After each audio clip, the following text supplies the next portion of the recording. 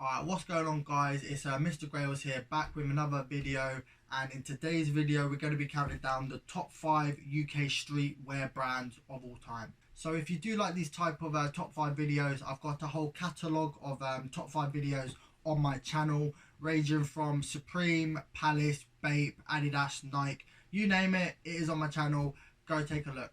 So yeah, I'm going to be talking about obviously the clothing of the streetwear brands, the story, and also like how they've influenced the streetwear culture. And yeah, if you enjoy, please leave a like, a comment, and also subscribe. And without further ado, let's get into this video. Okay, cool. So coming in at the number 5 spot, we have benjart, and hopefully I'm saying that name right. So this brand started in 2007, I believe. And to be fair, I can't lie, this brand is actually just different. It was fully independent, and not gonna lie, that is a big flex for like brands nowadays, because majority of brands would get like a £10,000 investment from like whoever, and then they would build the brand from that. Well, benjart didn't actually do this. I saw it in like an interview. He started off with £100 and then just scaled the brand from there. And if you know about money, yeah, £100 to start a business is literally nothing. Like, you might as well start off with, you might not even well start off a business with £100, because it's not going to go anywhere. So yeah, for the simple fact that he actually used £100, leveraged that until making the brand what you know is today, hat is off. Like, hat is fully off. Like, yeah, that is a big flex. The reason why benjart sort of like stands out is because it's sort of like a mix between like hood and like luxury. Like, it's like a luxury hood sort of brand. Like, it's the sort of brand that like hood people buy once they like get to like a certain level. Like, back in the day, you couldn't really find a brand that was sort of at this level and like hitting such like a niche like market. Like, obviously you had luxurious brands like Burberry, Louis Vuitton that hood people were buying, but it wasn't like actually for them, if that makes sense. Like, whereas benjart was actually made for people in the hood that have actually come up. And I remember like a couple of years ago, I think it was Instagram, I saw the owner of benjart talking about like how he like made the business, like the struggles, and also his like lifestyle coming up, and how it wasn't like the best of lifestyles, and how he had to go through all of these trials and tribulations just to actually build the brand and that. And I just remember watching that video and just thinking, raw, like I didn't really have much like respect for that brand. I thought it was just a ordinary brand, etc. But yeah, that actually put it into perspective of like, yeah, this isn't just your ordinary brand or brand owner. Like, yeah, this guy's serious. The first time that I actually consciously saw benjart clothing, it must have been the Cadet freestyle on Link Up TV. I just remember watching that Link Up TV freestyle, and he was wearing the hat and like the full tracksuit, and like I just remember just thinking like, that is like fully gangster. I feel like benjart actually like revolutionized the tracksuit, because like normally like tracksuits were deemed as like non-fashionable and just like a lazy type of clothing, but like I feel like he actually put like style into it, and like did the whole slim fit, and yeah, just took it out of like being like a hood sort of outfit and made it into like an everyday sort of outfit. So yeah, for that reason, that's why benjart is at number 5. Alright, cool. So that was the number 5 spot. Coming in at the number 4 spot, we have Niche London, and a lot of people are confused by the name. Like, obviously it's got a double I in it, and people just normally say it as nice, and you do not understand how many jokes I've heard about, oh yeah, that's a nice top. No, it's not a nice top, it's a nice top. Like, yeah, we get the joke, mate, shut your mouth. But anyways, moving on. This brand was founded in 2013, and it sort of come up alongside the brands of Six Silk, 11 Degrees, Kingswood Dream, what's the other brand, Jim King, and yeah, sort of come up in that era of clothing, and it was sort of just mixed in the bunch with all of them. Like, they were just making similar clothing, and I didn't really like gravitate towards it like that. Like, obviously it was still up there like amongst them sort of brands, but yeah, it just wasn't like a standout brand, like, to me anyway. But with that being said, I do feel like over the past like 4 years, they've sort of broken out of that mold and sort of like found their own sort of bearings as their like own brand. Like, they've sort of evolved into their own lane. Like now, I do believe the items of clothing that they're releasing are unique to that sort of brand. And yeah, they've come a long way from being categorized in the brands that I just said. In my opinion, they've sort of surpassed them sort of brands. Like, to be fair, them sort of brands have just like sort of stagnated, while Nice has sort of like evolved into like this different sort of brand. And yeah, like that's the reason why I put this brand at the number 4 spot. So without further ado, coming in at the number 3 spot, we have Hood Rich. So this brand was founded in 2014, I believe. And agree with me or not, yeah, but I believe that this was one of the first brands that was actually like made for like the mandem. To be fair, before Hood Rich, like people was just wearing Adidas and Nike, and like obviously if they could afford the higher brands such as like Burberry, Louis Vuitton, etc., Gucci or whatever, like yeah, they would have to wear Adidas or Nike, maybe Puma, but yeah, like there wasn't a specific brand catered towards them, and I do believe that Hood Rich did fit into that like ridiculously well. Like the whole message that they're trying to portray is like they promote the struggle and sort of like the come up, like if you want to call it. I believe their slogan is from nothing to something, and that just basically says it all really. Like hood rich, you know, from nothing, like obviously people in the hood have nothing, and then rich, you know, having something. What I like about this brand the most is probably the actual clothing. Like their clothing is so like unique to them. Like I like the way it's sort of like modernized fashion. Like you've got items with like a lot of like utilities, pockets, zips, you know, straps or whatever. I like all of that stuff. Like I believe that that is like fashion evolving, if that makes sense. You can just tell that they've put a lot of thought into like the creative process of designing the clothes and stuff, and obviously actually like making the clothes, which goes a long way, to be fair, because majority of brands are just going to slap on like a logo and then just call it a day. Like just a very well put together brand. Like the message doesn't outweigh the fashion, and the fashion doesn't outweigh the message. Like they are completely in sync with each other, and yeah, like I do like that a lot. Okay, cool. So that was the number 3 spot. Coming in and the number 2 spot, we have Palace.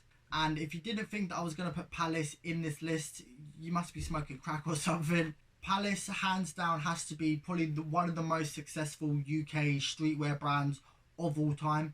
Originally being like a skatewear brand, I believe that it was founded in 2009, but since then it's sort of evolved into like more than just like a streetwear slash skatewear brand. Like it's evolved into like a sporting brand, and it's sort of dabbled in like high streetwear slash like the luxurious side. When it comes to like brand expansion, I do believe that Palace does it probably one of the best in the UK at the moment. They've got shops in New York, Tokyo, obviously London, literally all over the globe. And not gonna lie, they are very like respected in the streetwear community, not even just in the UK, but just everywhere really. And to be fair, Palace probably represents the UK street culture the best. I don't really know how to explain it, but Palace isn't like as serious as majority of the brands today.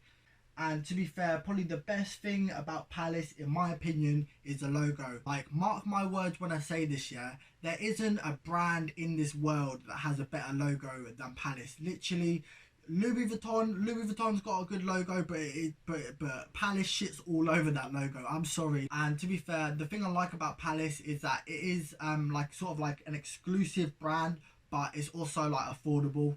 And how they sort of do this is have high demand but low supply. So yeah, that sort of creates like the exclusive factor for the brand. And to be fair, when it comes to that sort of strategy, the only brand that does it better is Supreme.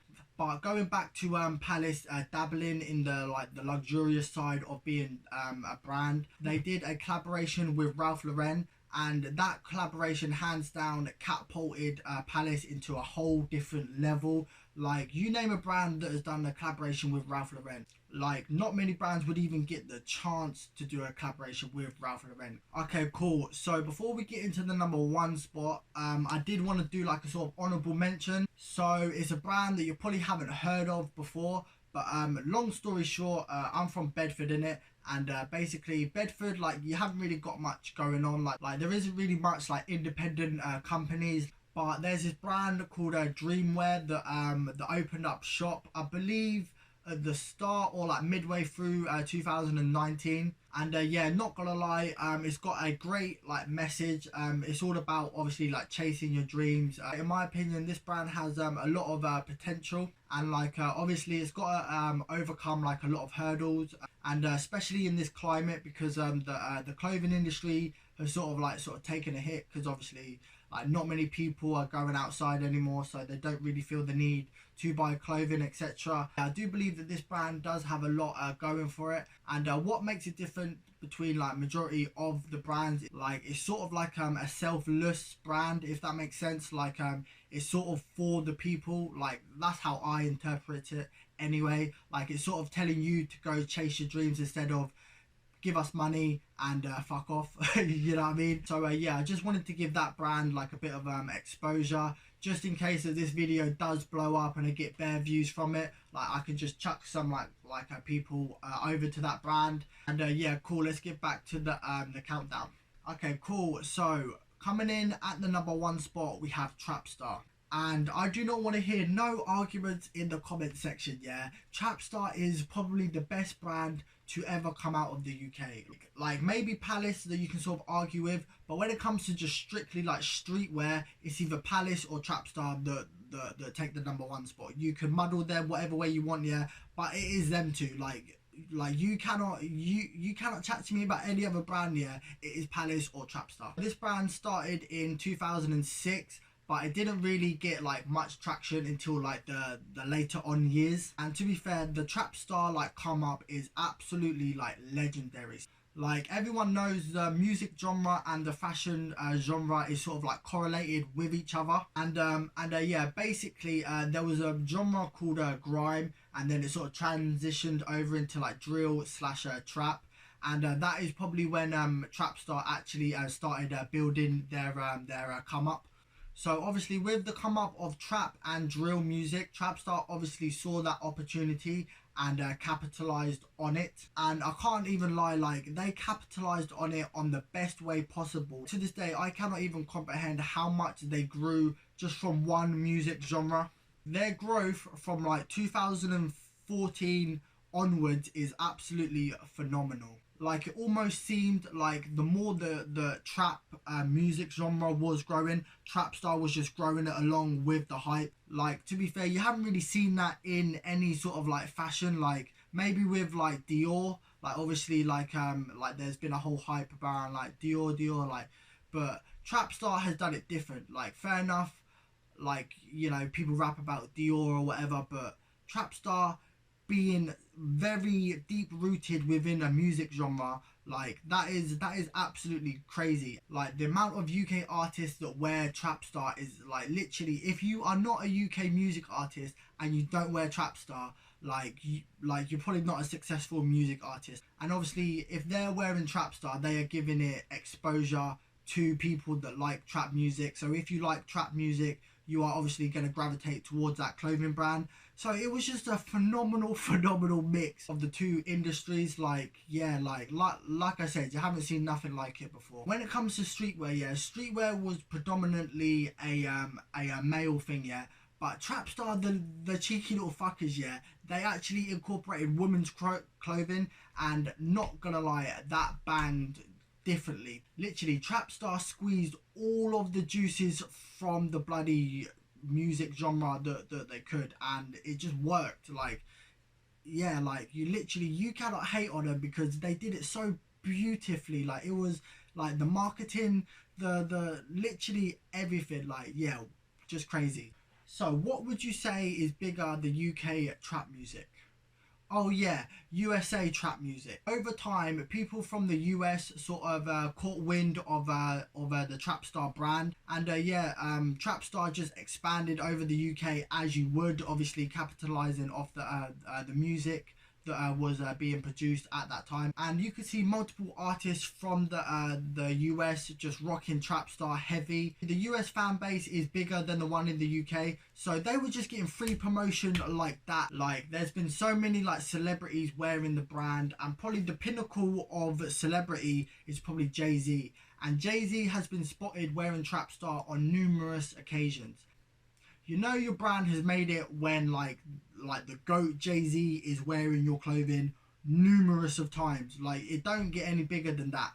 Like, I haven't seen Jay-Z wear Palace. Like, that's all I'm saying really. To be fair, I can go on and on about how good Trapstar is, but I'll just be talking off your ears at this point. I might make a separate video, but yeah, it is safe to say that Trapstar is certified probably the biggest and probably the best streetwear brand in the UK, hands down. But yeah, that's going to be it for today's video. If you did enjoy the video, please leave a like, a comment, and also subscribe. It's been your boy Mr. Grails, and I'm out.